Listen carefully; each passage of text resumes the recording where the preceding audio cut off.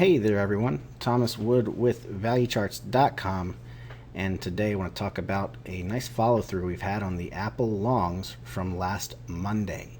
Now, if you're a Value Charts Platinum member, you know we have the weekly Outlook session every Monday, and last Monday, April 21st, we talked about Apple and how we were bullish Apple. Now, the reason we were bullish Apple is because we had a very nice yellow-handled hammer on our weeklies with a false breakout the week before.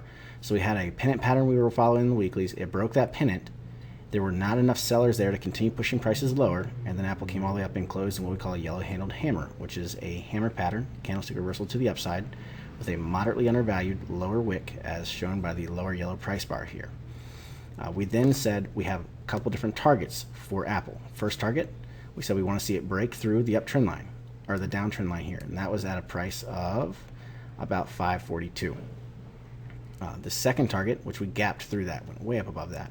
The second target were the highs all the way up here at 575, basically.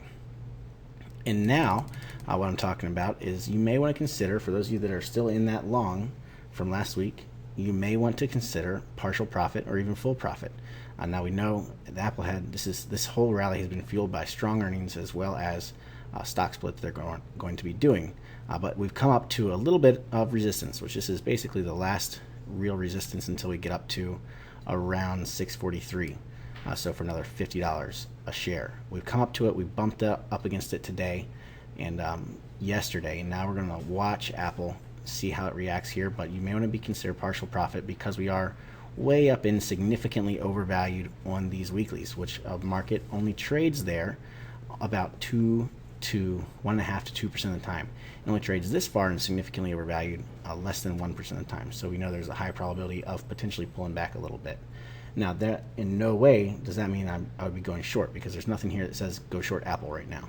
I'm just saying maybe time to take off some profits, lock in some of those gains. But either way, worked out very nicely off the false break with the yellow-handled hammer and the break of the downtrend line and the break of the previous highs, and so far continuing on to the upside. That's all I have for today. I hope it helps, and until next time, happy trading.